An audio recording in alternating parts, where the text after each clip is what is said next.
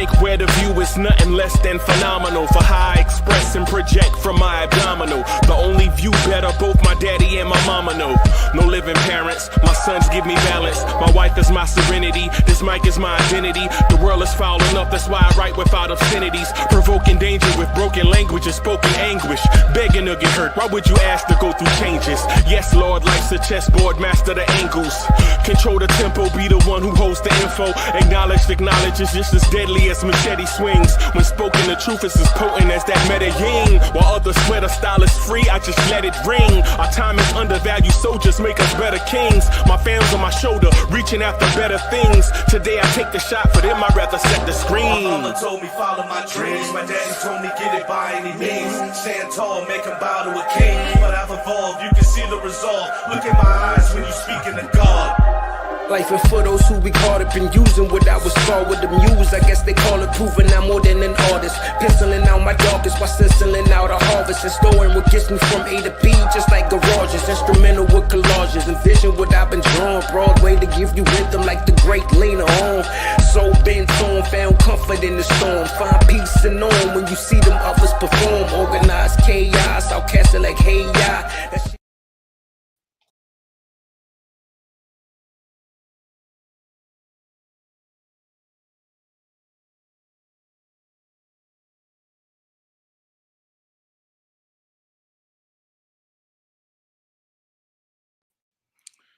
Yo, party people in the place to be. What's good? It's your number one chief rocket Knicks Universe, your main man, Uncle Freezy in the building. Salute, salute, salute, salute.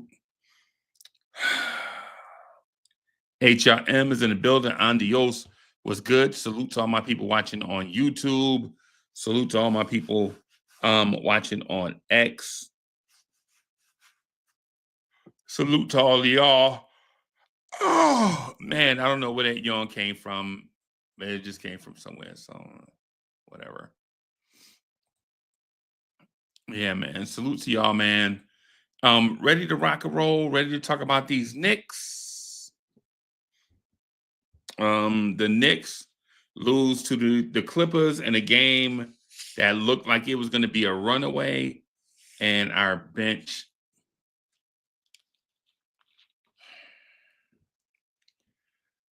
bro. Y'all, we gotta do something about this bench, man. Miguel Pete, what's good, bro? We gotta do something about this bench, y'all. I mean, yeah, I understand we got a lot of people hurt, but this is beyond a theme, right? And I do understand that benches are where you put your non-best players. Like your non-best players occupy the bench in hopes that they can improve or contribute the one or two things that they're good at on a nightly basis so a good team can become a championship level contender. I get that. I get that. But we're talking about a bench of veterans. We're talking about a bench with Mitchell Robinson, Precious Achua, Landry Shamet, Cameron Payne, DeLon Wright,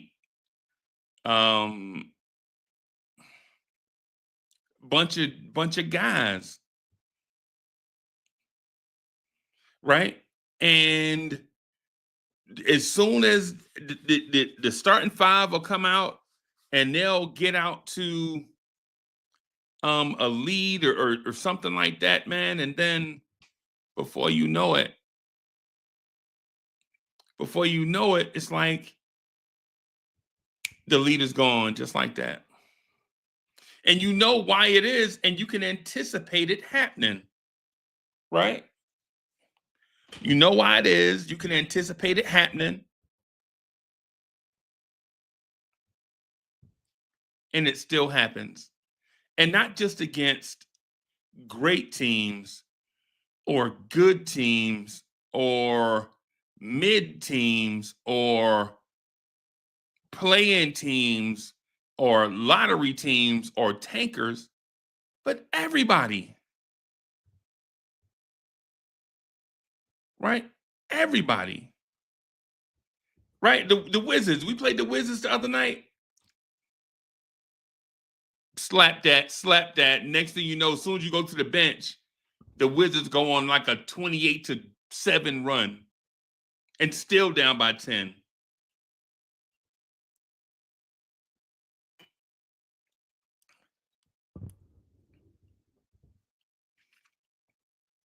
And you try to figure out what it is. What if you play Pacom Dadier? What if you play Kev McCullough? Right? What if you play Tyler Kolek? What if you play Anton Watson? What if you play Marjan Beauchamp? What if you play different combinations of the young fellas? Y'all listen, man. If you include Anton Watson in the young core, if you just include him, just for the sake of conversation, right? That means the Knicks have 5 rookies on the roster. Miguel P., the Knicks legit have 5 rookies on the roster, and I think Marjan Beauchamp is like, what, a third-year player?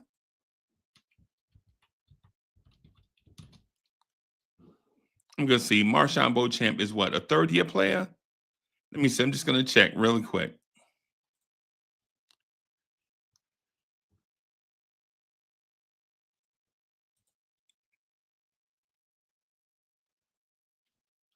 Marjan Beauchamp is 24. He'll be 25. So he's like a 4th-year player or something. Yeah, hold on. Hold on, let me see for sure. I'm just going to see for sure. Where's he? I think he's like a 4th-year player. 23, 24, 25. 20. So he's a 3rd-year player.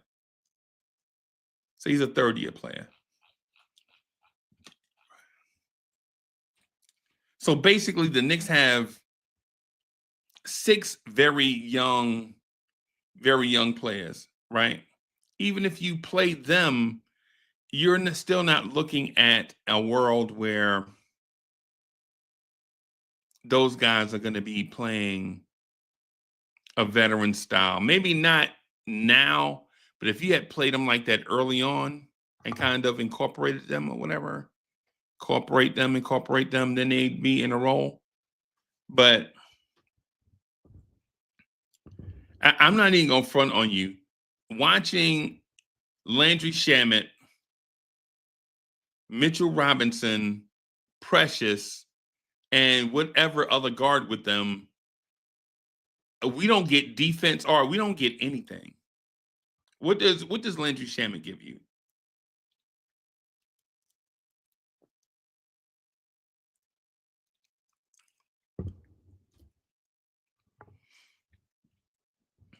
Last night, or well, I guess it was last night or tonight, however you want to phrase it or state it, Landry Shamet looked terrible again. And I know dude plays hard. This is not a Uncle Freezy hates Landry Shamet. It's not beige rage. You know what I'm saying? It's not every time I see a beige dude, I go crazy, right? No, it ain't one of them. It's just this dude is trash. Landry Shamet is so bad, I'm almost wanting Quentin Grimes back. Right?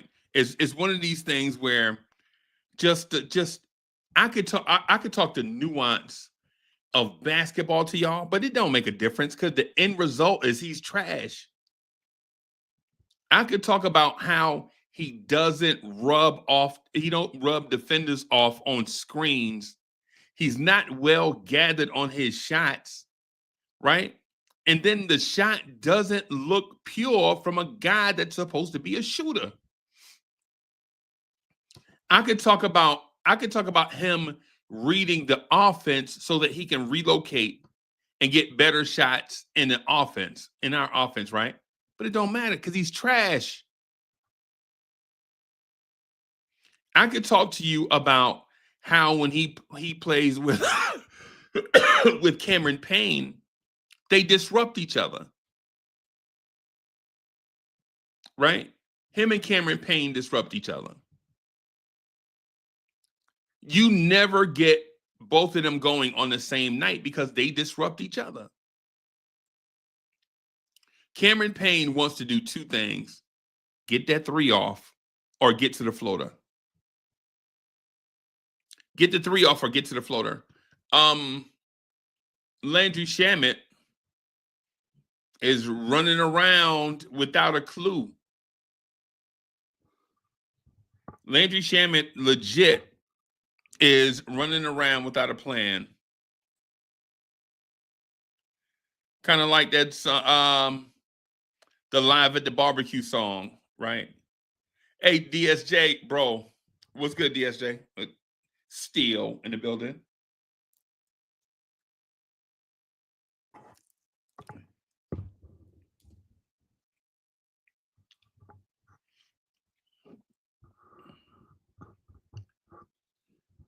Laundry Shamet is trash. And you can't build off of it with Mitch and Precious, because if Shamet as a wing player / guard or guard / wing player doesn't have a plan offensively, then your bigs can't play off of him. And then you have two bigs out there with him.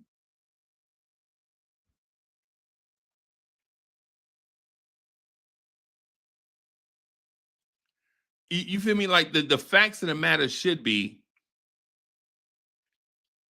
Landry Shamet should be a spot-up shooter. But here's the thing. How can you be a spot-up shooter when you're not a good relocation shooter? If you don't play off the ball handler's shoulder, right? And I'm talking basketball stuff, right? Like if you are dribbling in this direction, right? If you're going to, say if you're right-handed, you're going right? If you're a shooter, understanding that, say it's Cameron Payne, a right-handed dribbler going right, trying to get to his right-handed floater, right? And you see the defender is zoned up where he's got corner responsibility and the box responsibility. And Cameron Payne is penetrating the defense, pause. Right? If that defender leaves Cameron Payne, then you should stay right off the vision of this guy's shoulder. Why does Cameron Payne have to keep his dribble and turn around and pass the ball back out to the wing? Hey, listen, I'll give you an example. When you see a ball handler dribble towards the rim and there's nothing there, and then he keeps his dribble and dribbles under the rim looking for somebody to pass to, your relocation guys are supposed to be there as soon as his feet touches the paint, right? Why would a guy have to dribble under the rim and dribble the ball all the way back out and then toss the pass to you from about 4 feet away, right out of arm's length away from you?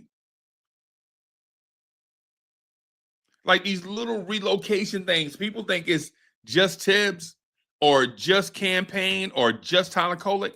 These are chemistry things. These are low IQ guys don't know how to play basketball things. I can bet you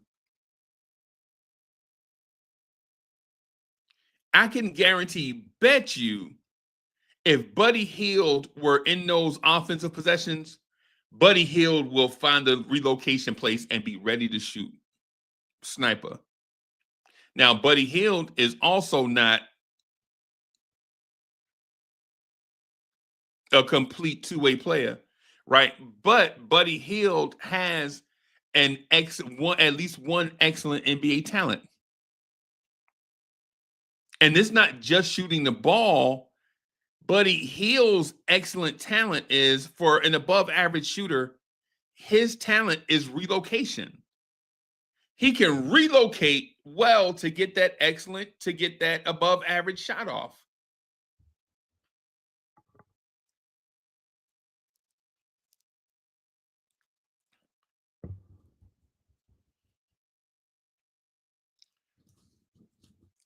I'm not mad or angry or upset that the Knicks lost to the Clippers, man. And listen, it's 1-82, man. It's the end of April. It's the end of March. It's the end of March, and everybody, and I mean everybody, is focused on what the playoffs are going to look like. If you're not focused on what the playoffs are going to look like, you're focused on what the draft is going to be like. That's where you are. Either you're focused on the playoffs or focused on the draft. That's just what it is. Either you're Champagne or Cooper Flag. At this time of the year. But for our bench to constantly not show up,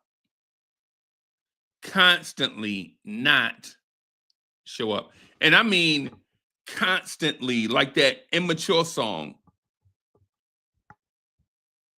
For those that remember, I think it was 1993 or 94. For those that remember the greatest year of our culture, 1993. Right? Think about that. Think about our culture, 1993. Def Comedy Jam, Bernie Mac, Carl Kanai, Pete Rock and CL Smooth.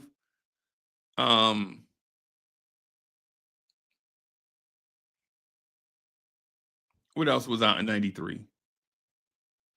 93 is like probably the greatest year of our culture, like jewelry, clothes. Yeah, hey, y'all remember Sterling's? Anybody remember the car Sterling? Remember Sterling's? I drive a red Sterling and the seats recline. Anybody remember them? Anybody remember Acuras?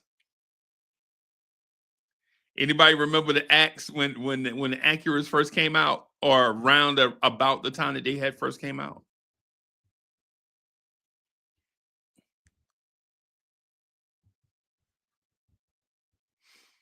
Yeah, I remember that. Cartoons were still great. Even as an adult, you could still watch X-Men or something. Yeah, I remember X-Men. Anybody remember X-Men? Ribs is in the building. Salute. 93, like one of the greatest year. For right now, I'm going to say the greatest year of our culture. Right? Acuras were out. Rap music. Wu-Tang Clan. A Tribe Called Quest. 93 was crazy.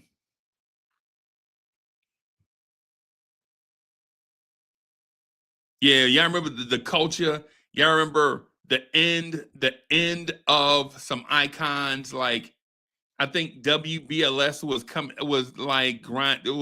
to its end. I think Kiss FM had already started doing a crossover. I think Barry White was doing the night shows in 93, right?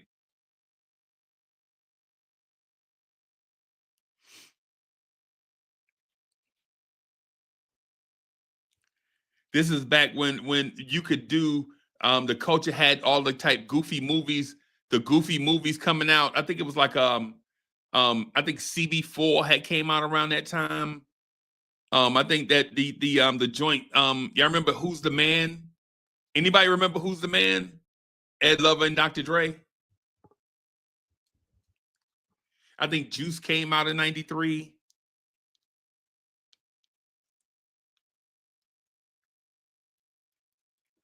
Boomerang came out in 93, something like that.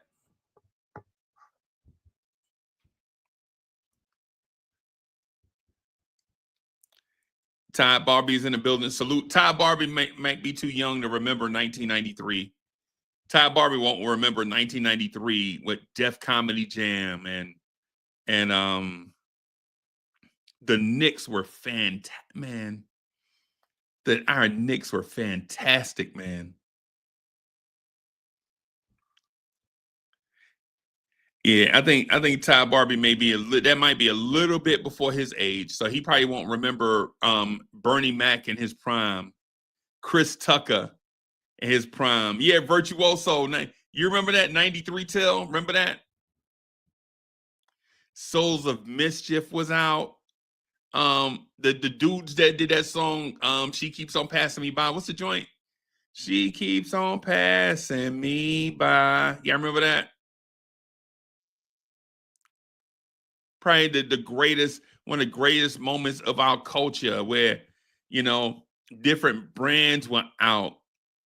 You could do goofy movies and stuff and people won't look at you crazy. Yeah, The Far Side. Yeah, The Far Side and Souls of Mischief and The Alcoholics. Yeah. The Native Tongues. Jerry Fitz was good, man.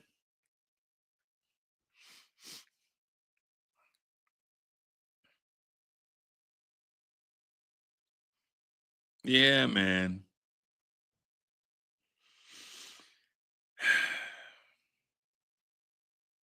I just got on a tangent about the good old days, the good old days, the good old days. I guess we can talk about the good old days a little bit, right?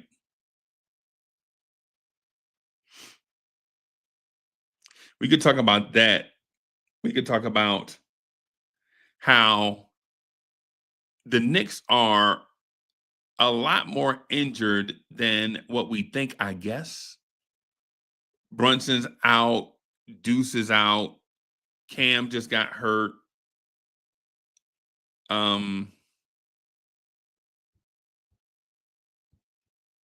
Or we could talk about the emergence of some people that we were waiting on.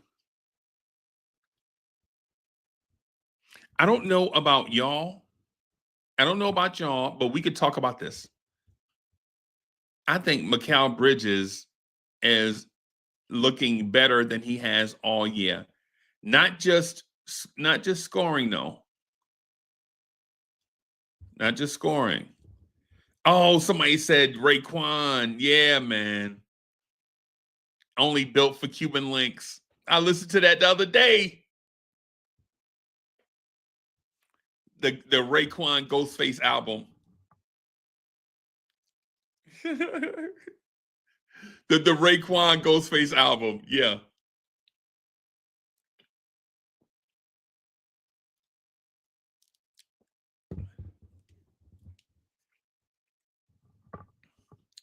DSJ says the good old days sounds like a vibes and stuff topic. Yeah. Yeah. Yeah, man. So when I think about this game tonight, what it looked like to me is a team with a lot of parts coming together, and there's going to be some friction. A little bit. Friction in a good way. Mikal Bridges passing the ball, man, is fantastic. I didn't see how many assists he had tonight, but I imagine Mikal Bridges had at least 7 or 8 assists tonight. Mikal Bridges had to have at least 6, 7, 8 assists. I'm going to check. I'm looking right now to see if I can, because I may be wrong, but I don't feel like I'm wrong. I feel like that man could have, if he would have kept on, that man probably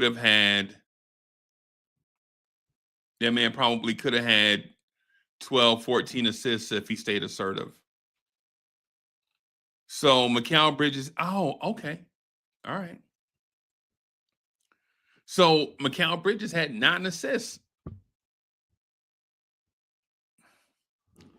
Mikal Bridges had more assists than both point guards. Mikal Bridges had more assists than both point guards put together.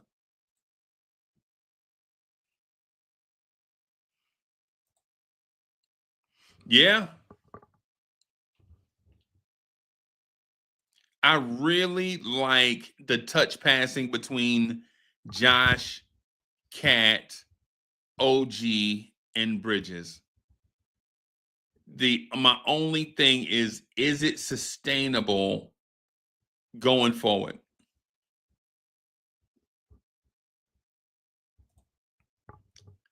What?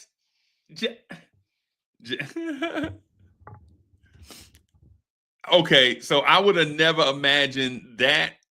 So I'm gonna slide out of that topic, right, respectfully, because the fact that you said a 19-year-old son got me thinking, dang, man, we getting old, bro. Yeah, we getting old, bro. Golly, man. Hey, shout out to you too, by the way.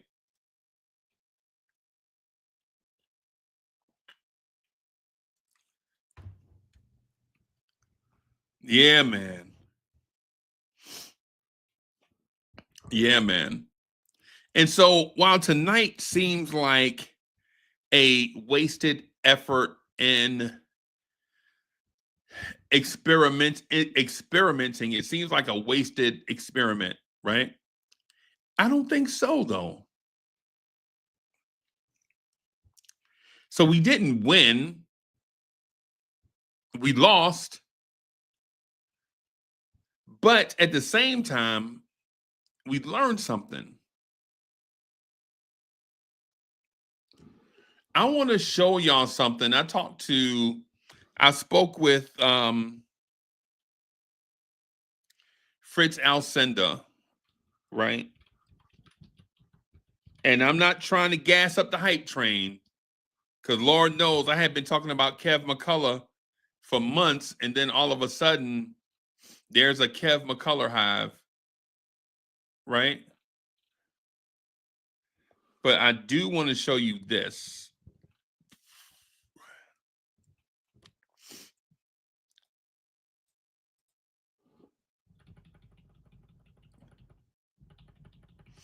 All right, I want to show y'all this. It's gonna be crazy when you see who this is that I'm talking about.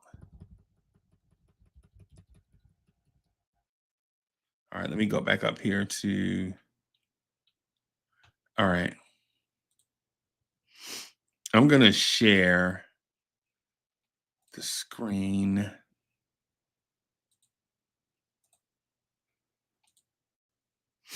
So I want y'all to see these numbers here.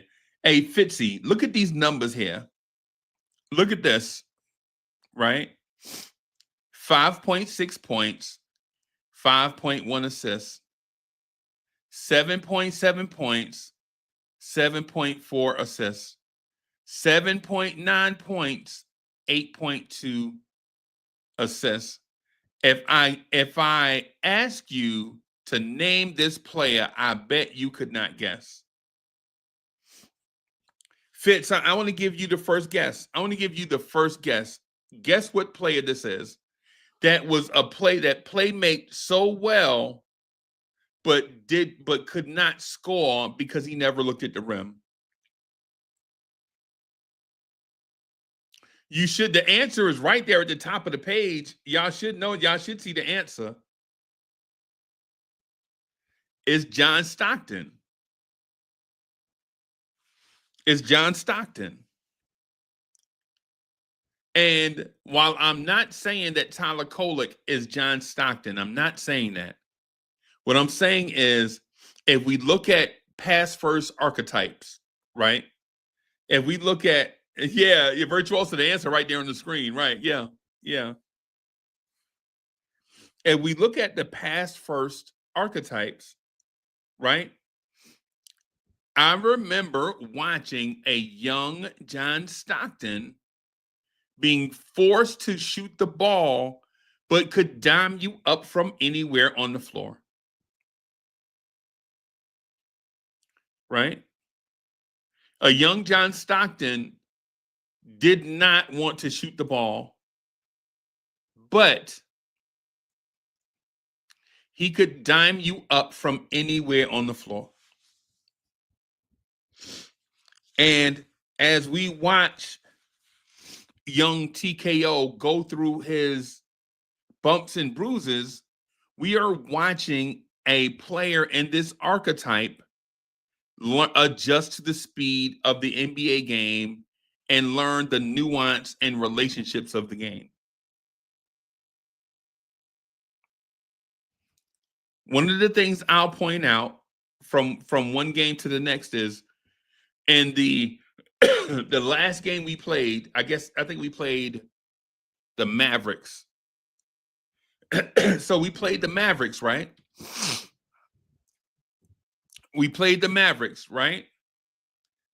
Our veterans did not want to pass the ball to Tyler Kolek, right? Once Tyler Kolek got the ball, he could do point guard stuff. But young TKO proved to the vets in that game against Dallas that he was not a liability on offense. And if they kept cutting and hedging, getting open, setting real screens,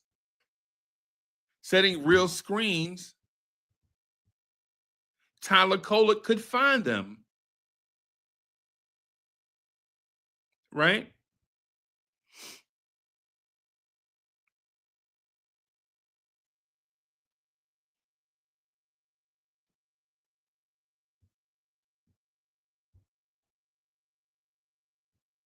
Tyler Kolek can find them. Now, when you fast forward to tonight,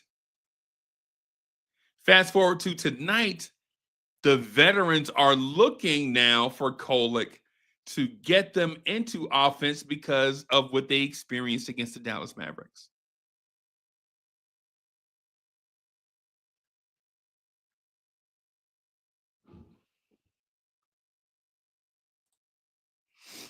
My only thing, though, with young TKO is this. Can you at least give some attention to the rim? Some attention to the rim. If you give some attention to the rim, now defenders are really in jeopardy.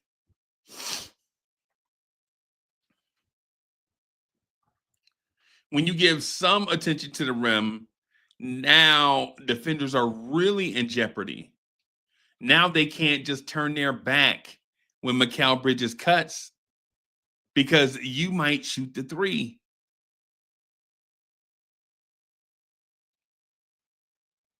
And so what young TKO has done is in this 2-game sample size, we'll probably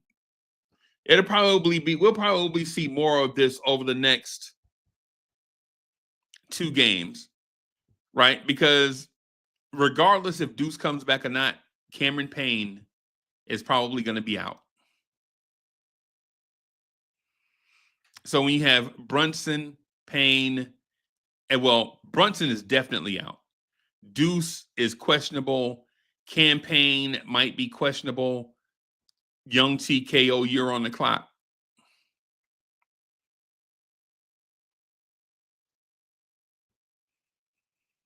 And it's not a coincidence that the offense looks better when Tyler Kolek is on the floor.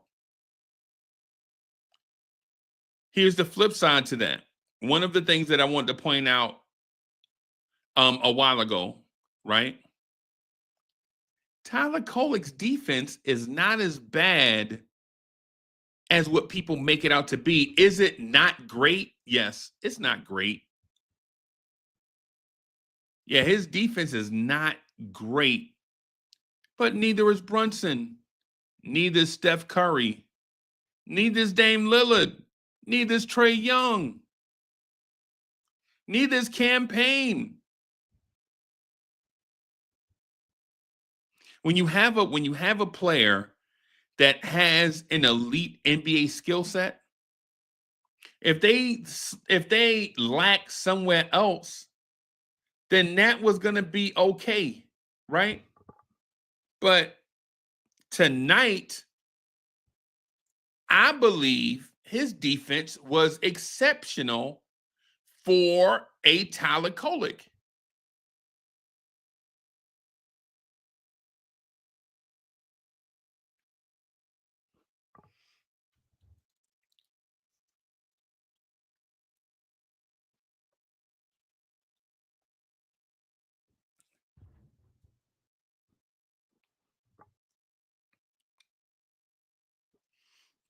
I thought Tyler Kolek's defense looked great for Tyler Kolek. You know, rookie guards are going to struggle defensively because NBA guards now are wizards with this basketball, man. They're wizards with the basketball. Tyler Kolek's defense will get there. Right? Tyler Kolek will get there. Right? What I think as Knicks fans, what we should probably look at, take into account these things, right? The first thing I want Knicks fans to do, and this is not just me wanting you to do this so that I can have, well, I guess it is because I want to have stuff. Well, let me say it this. I don't want you to have this for some type of malicious means or selfish means. I want you to go here with me, or come here with me, so that we can look on the bright side of something instead of always looking at whatever it is that's negative. Right? Like pointing out a negative thing just so that we can argue. I don't want to do that. What I'd like to do instead is ask you this. Have you seen flashes out of Ariel Hukporti? Have you seen flashes out of Kev McCullough?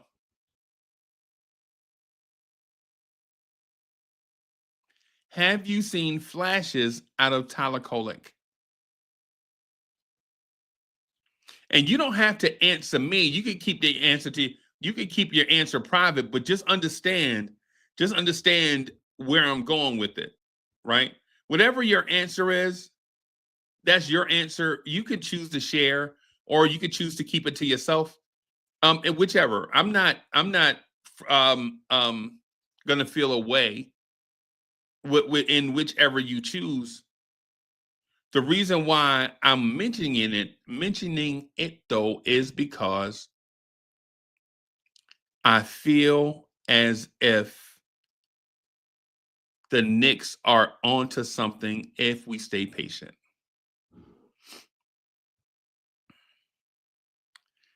A lot wise in the building. Bro, we were just talking about the greatest year of our culture, 1993. We were just talking about one of the greatest years of our culture. We were just talking about the Arsenio Hall show, talking about some Bill Clinton, some Bernie Mac, the Far Side, right? Talking about Souls of Mischief, the Alcoholics, 1993, SWV, Escape, Wu-Tang Clan, A Tribe Called Quest, the end of WBLS, Kiss FM with Barry White doing the smooth joints at night. Just talked about Call Kana Boots. Yeah, In Living Color. Yeah, In Living Color. Boomerang. What else? Juice.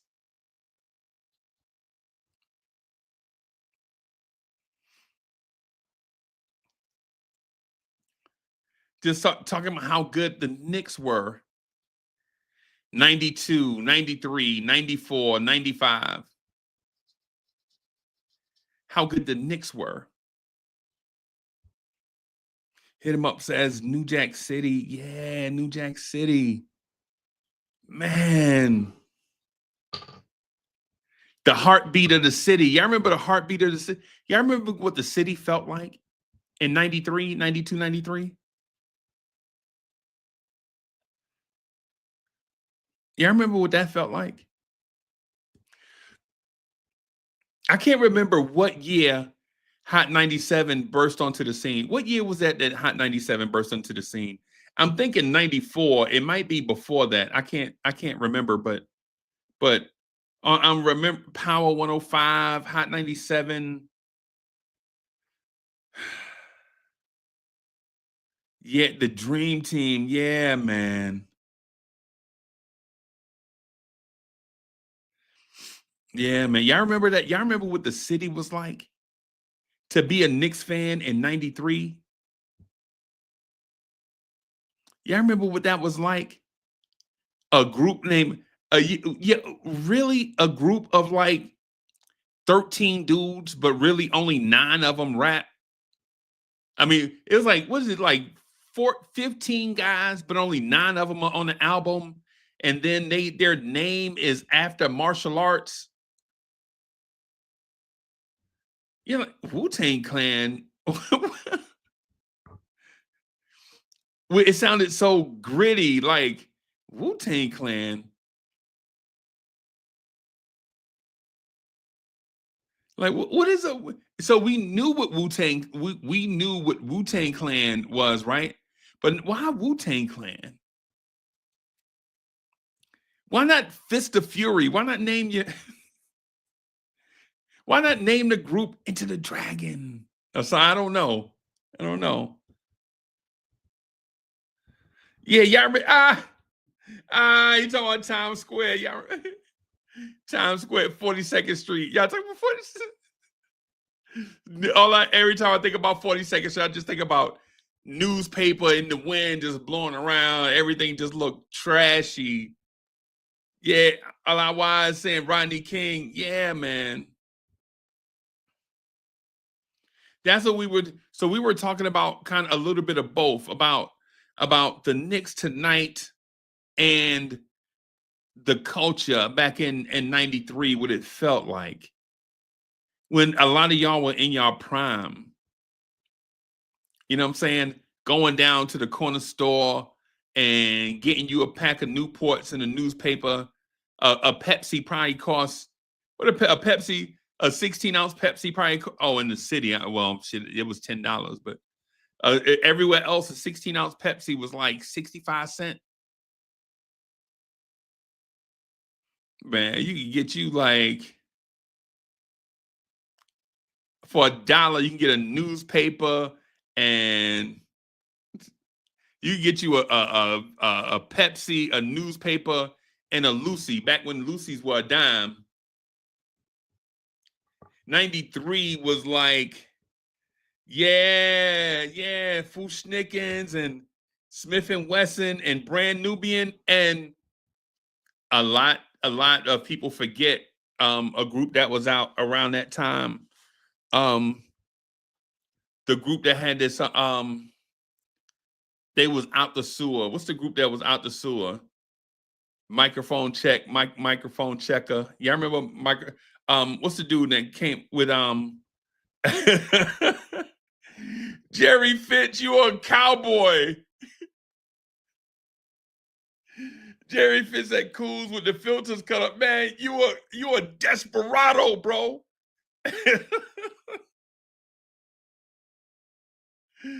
Yo, Jerry Fitz rides horses for real, man. Cools with the filters cut up. Bro, Jerry Fitz is a man. Jerry Fitz is a man. Cools with the filters cut off. Wow, bro. Respect. Look, respect.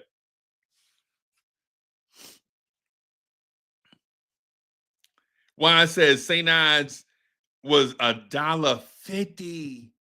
What? I don't know. I wasn't a fan of joints like Cross Colors or anything like that, but definitely like, yeah, yeah, Andios, yeah. Fitz is a man for real. Like, yeah. But yeah, these young kids, man. So what we saw tonight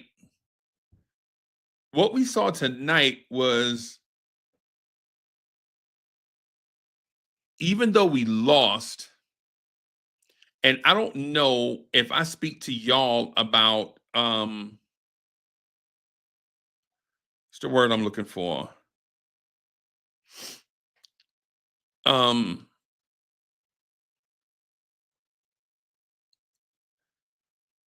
what's the word you use when you lose and you take something from it? Yeah, you know what I'm saying? Like when you lose and you take something from it. When like you lose and you be like, hey, what's the word I'm looking for? Why I was talking about Jabard jeans. Yeah. My man Clark from Bed-Stuy, I used to call him Jabode. He was like, man, they not Jabode.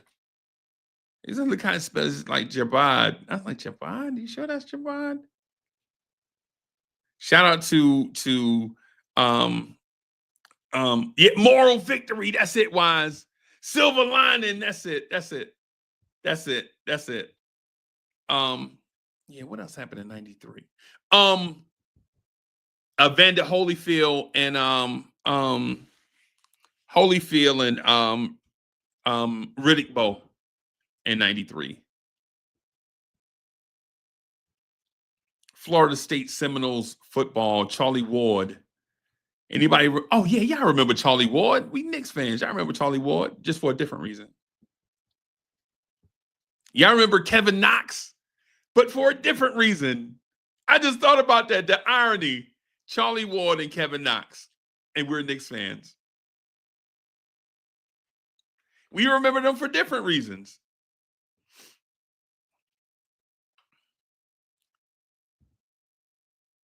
Yeah, the fan man fight. Yeah, man. That was our culture. What kind of clothes were we wearing back then? Ooh, not only Jabodes. Y'all remember what else we were wearing back then? We were wearing the historic black colleges joints. Y'all remember that? Anybody remember the historic black colleges joint? Like you just bust up in the scene with like a Howard hoodie on or something. Bust up in the scene with like a FAMU hoodie on or something.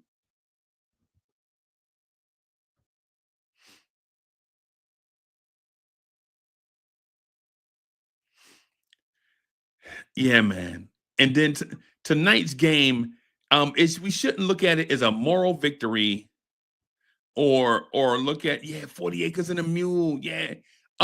Yo, did what's the movie um um what's the joint? A Few Good Men. Anybody remember that movie, A Few Good Men? Hit him up says New Jersey Drive fatigues. I'm from Jersey, bro. That's how we used to dress for sure.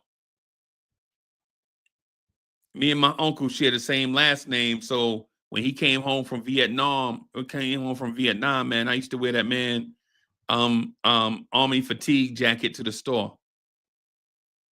Man, I used to love them dudes, man. The veterans, man. They came home, man. Used to wear all their stuff. That's how I started wearing boots. Got me into Timbs just by watching them. Now they didn't wear Timbs, but they wore boots. Before that, I ain't wear no boots. After that, definitely wore boots. After that, definitely. Out of respect to the veterans, the boot game had to be. Yeah, Fitz. Yeah, you remember that? A Few Good Men. One of the greatest movies, to me, one of the greatest movies of our lifetime. I'll just say it that way.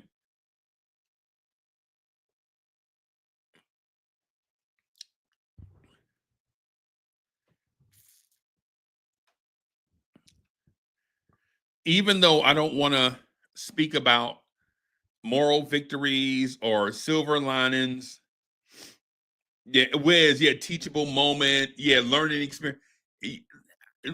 Basically, what I'd like to speak to is this. If we're patient with the very back end of the roster, tighten up the middle of the roster, and keep the top part of the roster healthy, I believe this team can win a championship, right? I'm not going to speak to championship window, right? But what I will speak to is um, Tyler Kolek, excuse me, with seasoning is a borderline starting point guard in the NBA if he can get his offense together. Borderline. If Tyler Kolek can shoot and is willing to shoot, Tyler Kolek is a borderline starting point guard in the NBA. And I mean borderline, like I'm talking about once he hits his prime, you never know what direction he can go. And before we shut that conversation down, remember, Jalen Brunson wasn't a borderline starting point guard in the NBA until year 2.5-ish. And not saying that Kolek is borderline. I'm saying for those that have watched basketball over the years, you know, court vision like that is not going to sit on anybody's bench. Not like he is this year.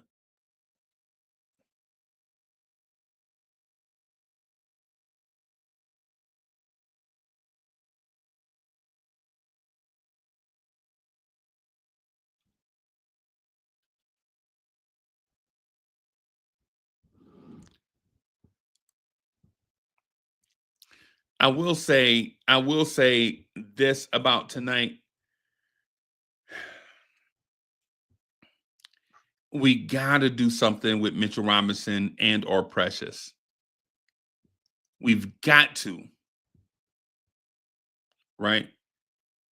And before everybody go to their corner and get ready to come out swinging, just listen to what I'm about. Just hear me out on it. For the third game in a row, we watched Mitchell Robinson run around the floor and look for somebody to screen for. And the dudes he's screening for are not even effective. So why are we giving touches to them instead of giving touches to Mitch? Is Mitchell Robinson that bad of an offensive player where he should be screening for Landry Shamet? Y'all tell me. Chat, y'all tell me. Is Mitchell Robinson that bad of an offensive player that he should be screening for Precious Achua and Landry Shamet and Cameron Payne and Tyler Kolek?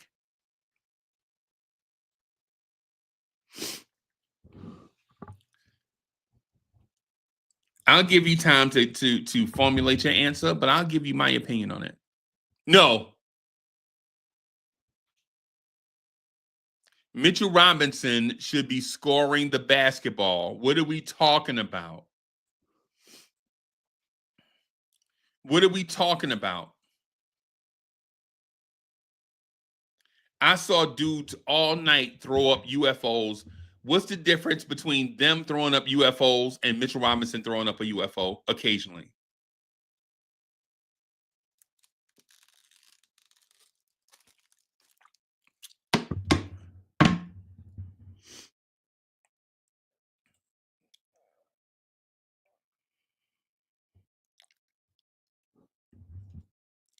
Why is Mitchell Robinson not touching the ball in scoring situations? Why is Mitchell Robinson not given the green light to before doing the dribble handoff? Can he at least look at the rim?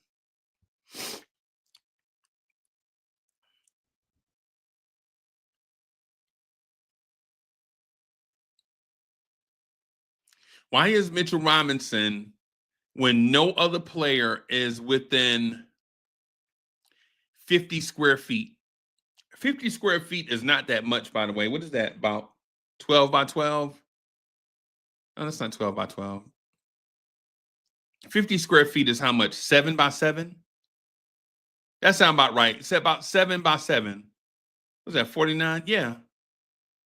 So no player is within 50 square feet of Mitch, and he's not given a green light to at least dribble forward. Why?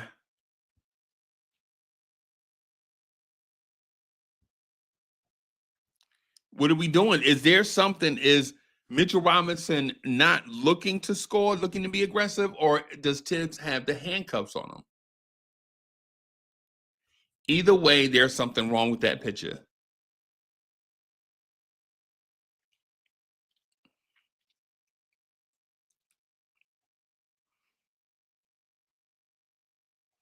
What I'm going to say about my guy is a guy shouldn't work that hard and not get touches, and dudes don't work hard at all and get all the touches.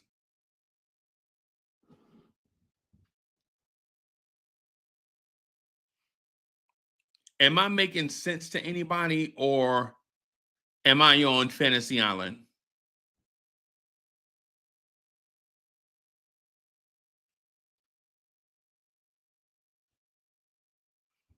Am I on Fantasy Island, or does that make sense to somebody out there?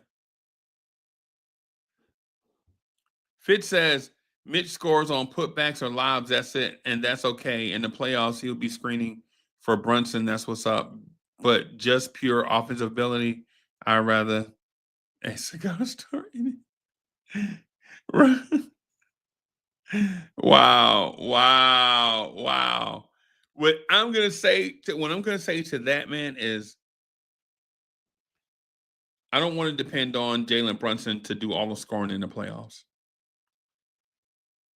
If last season is any indication, you can't depend on one guy. Sorry, y'all. You can't just depend on a guy to stir the drink. It's got to be all hands on deck. I would even venture to say that if it were not for Dante DiVincenzo, that Philly game might go 7 games.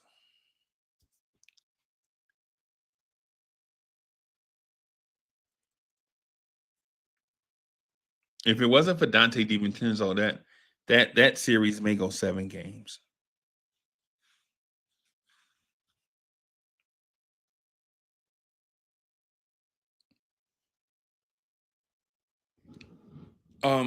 And what I'll say about Mitchell Robinson, I just said it earlier. I'll say it again, briefly. It's not fair for a guy to work that hard and not get to. I'm going to look at Mitch's numbers tonight. Mitch played 13 minutes, took 0 field goals, grabbed 2 rebounds, 1 assist, 1 block, 1 foul, was a plus minus negative 22 in 13 minutes. Is that indicative of who Mitchell Robinson is? You draw your own conclusion. I'll say draw your own conclusion about the box score for tonight. What I'm going to say about Mitchell Robinson going forward is, let the man score. Let the man score.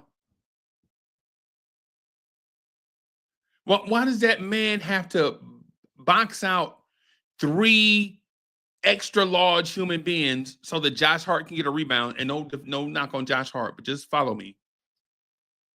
That man has to box out 3 plus size human beings, right?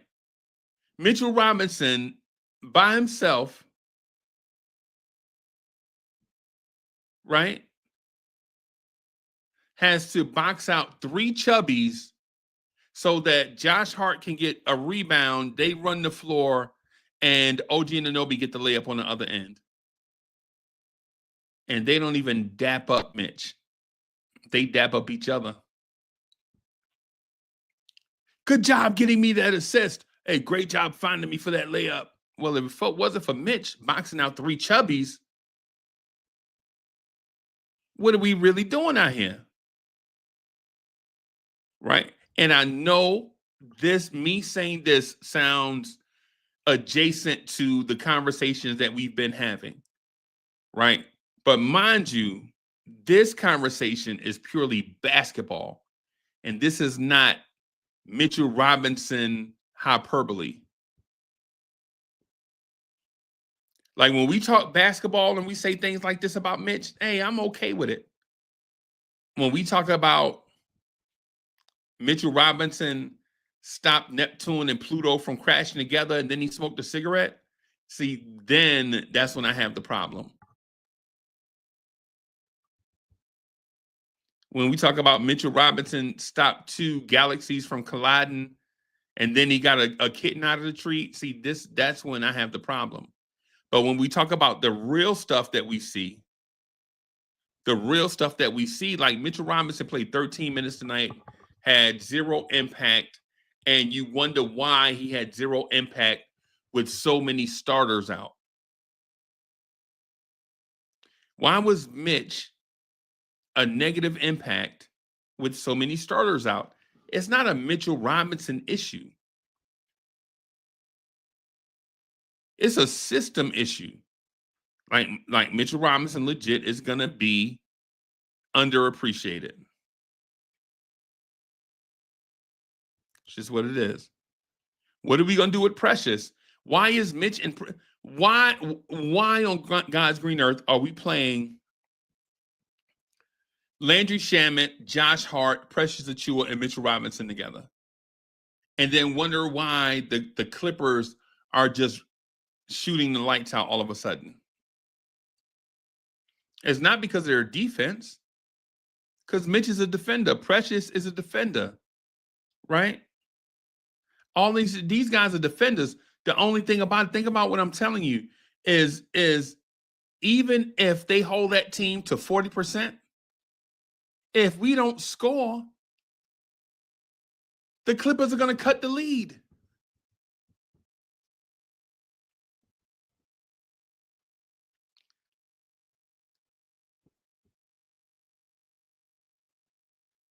At the end of the third quarter,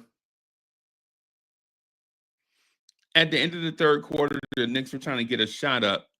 Cat was at the top of the key, wide open. Josh Hart ran to his spot, caught the ball, and shot a UFO from 3 when Cat was wide open at the top of the key. Y'all saw it. If you saw the game, you saw it.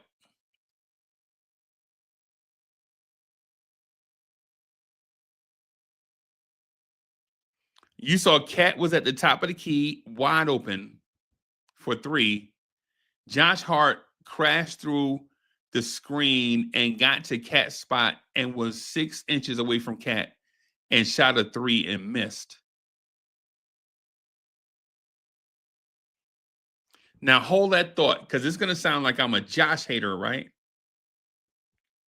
I'm not. I'm just saying this actually occurred.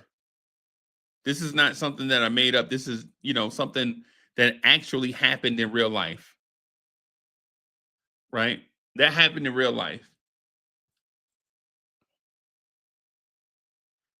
Here's something else that happened in real life. Cat was wide open, or Cat had the ball in the ISO in the mid wing, like at the bottom of your TV screen, right? Mitchell Robinson was in the dunker spot. Cat looks at Mitch, and then Mitch runs through his man's shoulder to get to the top of the front of the rim, and Cat raises the ball, and Josh Hart cuts in between those two.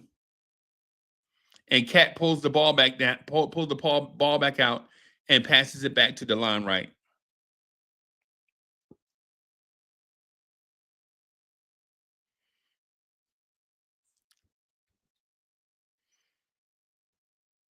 So what that tells me is Josh doesn't trust anybody on the team to do heavy lifting. Josh Hart feels like he has to do all the heavy lifting himself. And why does Josh feel that way? Why does Josh have to feel like he has to do all the heavy lifting, right?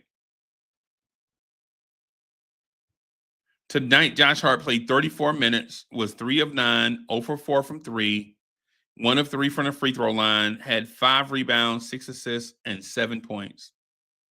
Josh Hart has 7 points on 9 shots.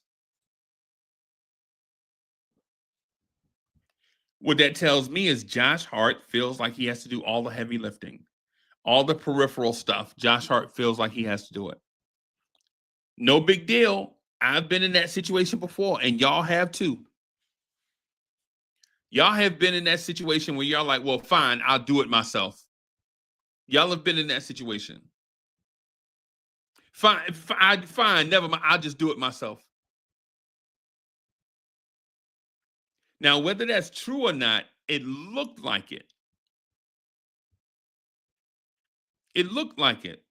It looked like Josh is like, I got to pick up the slack because there are so many people out and I just have to do something. Y'all saw it. You saw at the end of I think it was the end of the third quarter. I think it was the end of the third quarter. Cat is at the top. The greatest 3-point shooting big ever is at the top of the key by himself. And Josh Hart splits the screen and catches the ball in front of Cat and throws up a UFO. Why? You saw it. I can't remember if it it may have been the end of the third quarter. I'm thinking it was the end of the third quarter when it happened. But it happened. My recall is good, but like remembering everything though.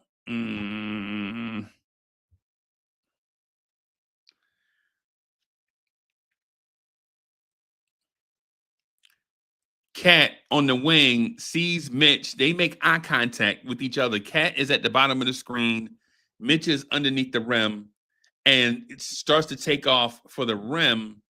And Josh Hart drives the lane, and Cat pulls the ball back down. Cat was doing some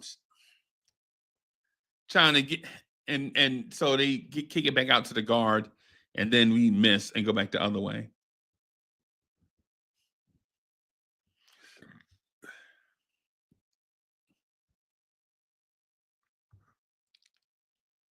Mitchell Robinson needs touches. Pause. Mitchell Robinson needs to get the basketball in order to feel like he's a part of the game, in my mind. Right? When you do all the defensive dirty work, when you do all the boxing out, when you run the floor, when you set the screens, Mitch doesn't need a lob. Can you just, hey, Mitch, go on this box. I'm going to run everybody off and just give you a touch right there.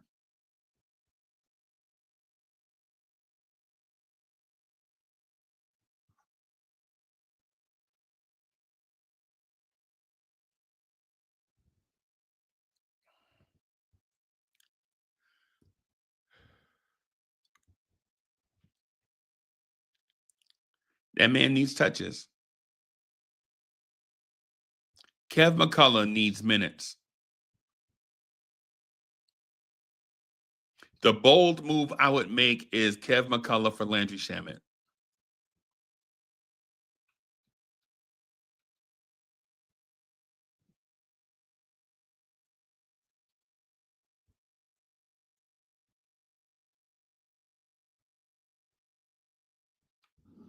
So we have a few games coming up, and I'm not going to lie to you.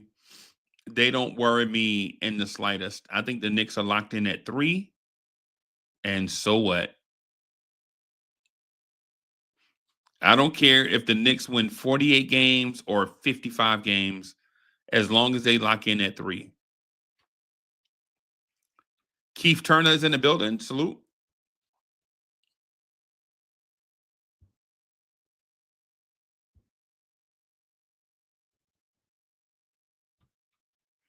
Just one other thing before I get out of here. I just want to stress something to everybody.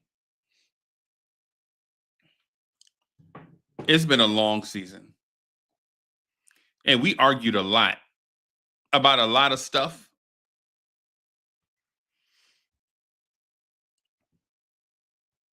A lot of people have said a lot of wild things during the year. Not y'all, mostly in the content creation space. People have said a lot of things and then have gone back on it.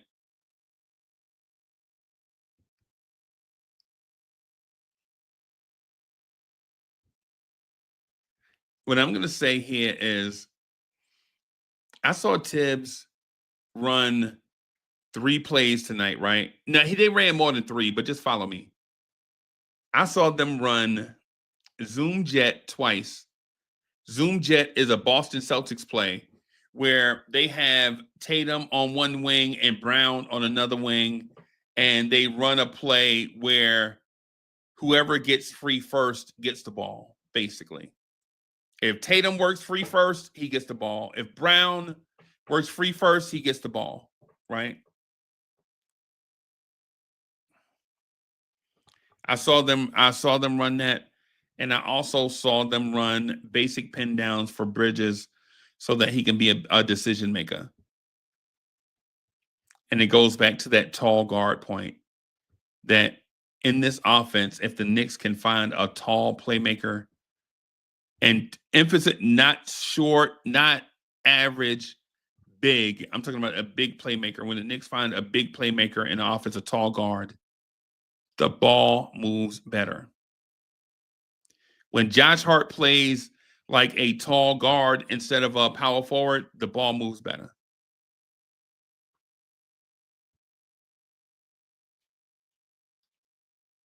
Mikal Bridges had 9 assists tonight. And when Jalen Brunson gets back, if we can capture all those things in a bottle, so to speak, I think the Knicks can make some noise. On that note, I'm going to get out of here, y'all.